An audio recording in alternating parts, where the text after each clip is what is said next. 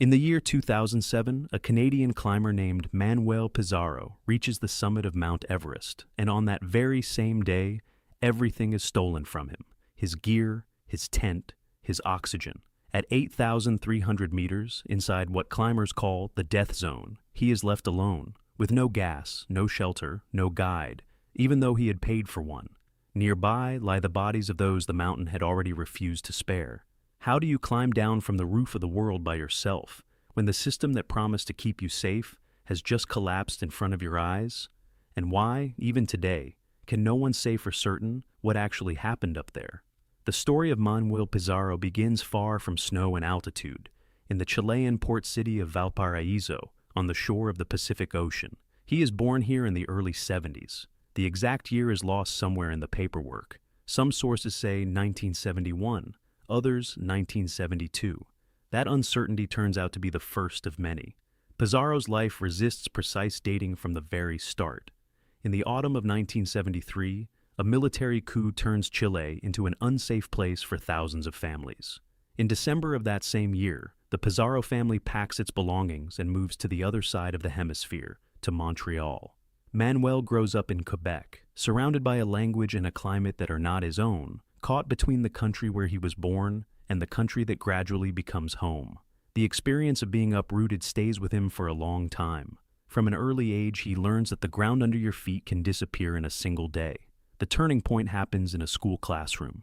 In 6th grade, Pizarro comes across an old copy of National Geographic from October of 1963, an entire issue dedicated to the American expedition on Everest. He stares at the photographs of the highest mountain on the planet, and the image lodges itself inside him for good. A mountain he has never seen becomes an obsession. While Everest stays a distant dream, Pizarro builds the character he will need. In Canada, he joins the Air Cadets and, by his own account, earns a pilot's license at the age of 16. Later, he becomes an instructor himself, teaching other cadets winter survival and leadership, and trains in martial arts. These years give him exactly what high altitude will demand of him later: a calm relationship with cold, a tolerance for risk, and the patience for long, thankless preparation. By the early 90s, the dream hardens into a concrete plan. In 1991, Pizarro sets the goal that will shape the next 20 years of his life: to stand on the highest peak of every one of the 7 continents. The list starts empty. At the very bottom of it, still far off, still not spoken out loud, sits that one mountain from the magazine. The list does not stay empty for long. Pizarro writes the first entry on January 21st, 1995, when he climbs Aconcagua, the highest peak in South America, almost 7,000 meters above sea level. The choice is not random. Aconcagua sits on the same continent where he was born, and his path into the big mountains begins where his own life once began. It is his first truly major high-altitude success, and the first piece of proof that this long-standing dream can be broken down into training and calculation. After that, the list fills in slowly but stubbornly. In the year 2000, Pizarro flies to Alaska and climbs Denali, the coldest of the Great Peaks, a mountain that tests a person not so much with height as with frost. In 2002, he returns to Aconcagua a second time, then crosses to Africa and climbs Kilimanjaro. Continent by continent, the 7 Summits project starts to take shape. It is worth understanding what kind of climber Pizarro becomes during these years. He is not a pioneer, he is not chasing new routes, and he is not a solo mountaineer. He goes up these peaks as part of organized commercial expeditions, with guides, with fixed ropes laid down in advance, and with finely tuned logistics. This is a legitimate, common way to climb, but it rests entirely on trust in someone else's work. The climber pays his money and, in return, receives what he believes is safety. There is one detail about this part of his biography that needs to be said plainly. Almost everything we know about Pizarro's early ascents comes from his own words. Independent records, reports, accounts written by other people. Almost nothing of that kind survives from those years. That does not mean the climbs did not happen. It means that, in the details, they can no longer be verified. By the middle of the 2000s, the list is almost full. One name remains, the one the whole project was built around from the beginning: the highest, the most expensive, and the most dangerous mountain of them all: Everest. In the year 2007, Everest stops being a line on a list and becomes a real route. Pizarro chooses the northern, Tibetan side of the mountain, the line up the northeast ridge. It is a classic ascent, but classic does not mean forgiving. As before, Pizarro does not go alone. A Kathmandu-based agency handles base camp logistics, and a hired high-altitude sherpa is meant to be at his side on the most dangerous sections. Oxygen bottles, paid support, a system built around him. Pizarro walks onto the mountain with the same faith that has carried him through all the previous years. The belief that an organized team is, in itself, a guarantee of safety. But the 2007 season on the north side unfolds in a particular way. The mountain is crowded. In a single week, roughly 200 people pass through the North Col, the narrow saddle on the approach to altitude. A slope that should greet a climber with silence and emptiness has turned into a busy corridor. Oxygen bottles, the very ones a person depends on for life up high, start disappearing from expedition caches. Experienced participants of that season say it bluntly. The north side of Everest that year was out of control. This was no longer a strict, regulated environment. It was something closer to a wild field, where the rules held only as long as the random neighbors next to you were willing to be honest. Gear vanished. What belonged to someone became no one's, and no one was held accountable. Pizarro does not yet know how directly this is about to involve him. He still looks at the mountain the way he looked at that photograph in the magazine 3 decades earlier, as a summit that simply needs to be walked across. He believes he has paid for safety and that safety will be delivered. Very soon, the mountain will show him how fragile that promise is and how quickly a well-organized system can come apart in front of a person's eyes. It starts with something small, something easy to underestimate. Even before the decisive push for the summit, Pizarro discovers that part of his gear has gone missing. His crampons have been taken from his camp. Crampons are the steel spikes that strap onto a climber's boots. Without them, you cannot move across ice or hard-packed snow. The foot finds no grip on a solid slope. Down at sea level, losing your gear is an annoyance and a trip to the store. Above 7,000 meters, there are no stores. Up there, losing your crampons stops being an inconvenience and becomes a question of survival. Without them, Pizarro cannot climb up, and he cannot get safely back down. The man he paid to organize the expedition does nothing to help him in that moment. Help comes from strangers. On the same slope, an Australian expedition is working, led by Duncan Chissell, a seasoned climber who is going for the summit himself that season. Chissell's team lends Pizarro a pair of crampons. He sets out for the decisive push wearing borrowed equipment, given to him by people who owe him neither a contract nor a shared goal. That is the first warning sign, and it means more than one missing pair of crampons. The system Pizarro paid for, the system his entire climbing life had rested on, had failed exactly when it needed to work without a flaw. Help did not come from where he expected it, not from the hired agency, not from the paid guide, but from random neighbors on the slope, from people who simply happened to be there and chose to do the decent thing. Pizarro accepts the help and moves on, not yet realizing that something important has just happened. From that moment, his fate begins to quietly braid itself together with the fate of Chissell's team. Strangers whose names he barely knew had already saved him once. Very soon, it will turn out that this was not their last meeting on the mountain, and that what these strangers do next will decide how Everest ends for him. After that, the mountain narrows down to one single point, the high camp at 8,300 meters. This is the last stop before the summit push. From here, climbers leave at night, hoping to reach the top and return before darkness falls again. Here, intense at the edge of what is called the death zone, Pizarro's group waits for its window. The night before the push, something happens that no one had planned for. Pizarro's personal Sherpa manages to reach home on a satellite phone. On the other end of the line is his wife. She tells her husband about a dream that has frightened her, a dream in which death was closing in on him from every side. To her, this is not just a vision in the night, it is a warning, and she believes it. The Sherpa believes it too. He makes his decision and tells Pizarro directly. He will go no higher. The guide hired specifically to accompany the client on the most dangerous section of the mountain refuses to keep climbing, just hours before they are due to set out. Pizarro is now facing a choice with no comfortable answer. He can turn back, walk away from the summit he has been working toward for more than 30 years. Walk away from the mountain in the children's magazine, from the last great line on his list. Or he can keep going alone, without a guide, on a route that does not forgive mistakes. By his own account, that night he tells himself one short sentence. A chance like this comes only once. It is now or never. He makes his decision, and at dawn, he goes up. Behind him stay the tent, the warm camp, and the man who was supposed to be there for every step. Along with that man, another presence stays behind on the mountain, the dream of a faraway woman, which the guide trusted more than his own contract. Pizarro climbs toward the summit, carrying that refusal with him like an extra invisible weight on his back. The route runs along the upper part of the northeast ridge. Pizarro climbs alone, in borrowed crampons, on the very spine of the mountain. According to the most reliable accounts, this is happening on May 17th of the year 2007. And he makes it. Pizarro reaches the highest point on the planet, 8,848 meters above sea level. The mountain from the children's magazine, the image that had lived in his head for more than 30 years, turns into real snow and real ice under his boots. From the summit, he sends a short, joyful message home. For a few minutes, the whole long journey feels complete. But the summit of Everest is a trap hidden in the middle of the climb. Going up is only half the job. The oxygen in Pizarro's bottles is already running low. His strength is already spent, and ahead of him lies the most dangerous section of the entire ascent.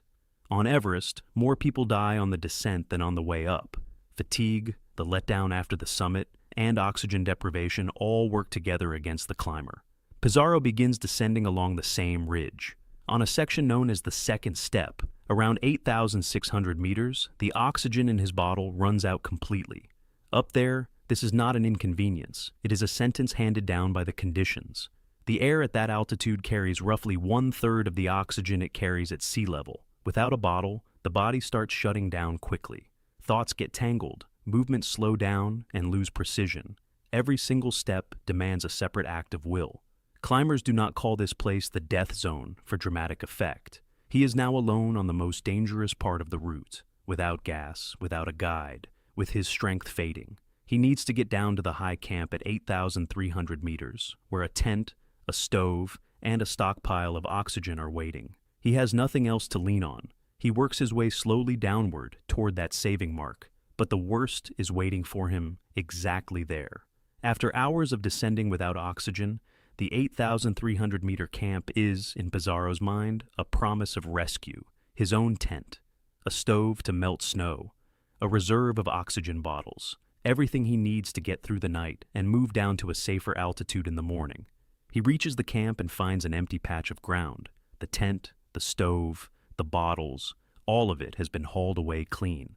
Where his camp should have been, there is nothing. His personal sherpa, who might have helped him, is nowhere to be seen either. And next to him, other people's deaths.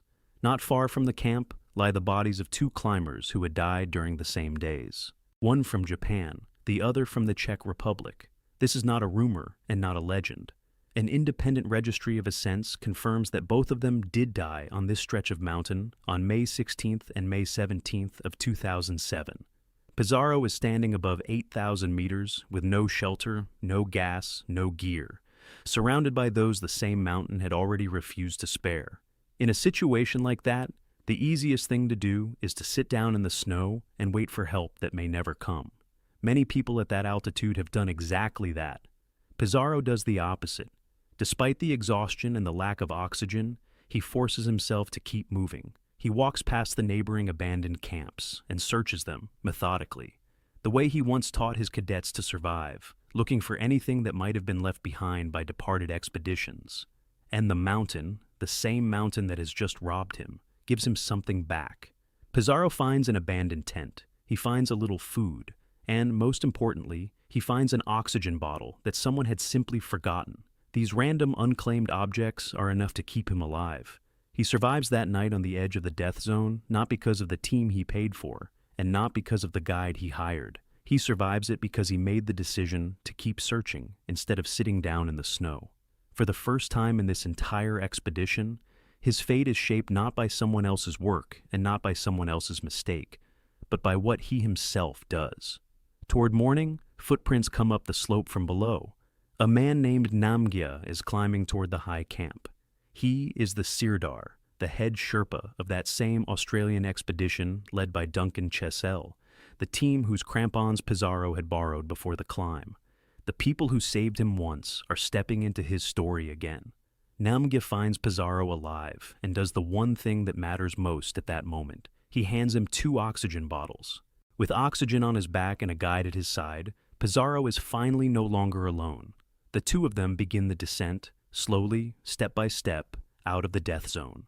They drop down to about 8,200 meters, and that small loss of altitude pulls Pizarro out of the zone where a human being cannot remain for long. The worst is behind him.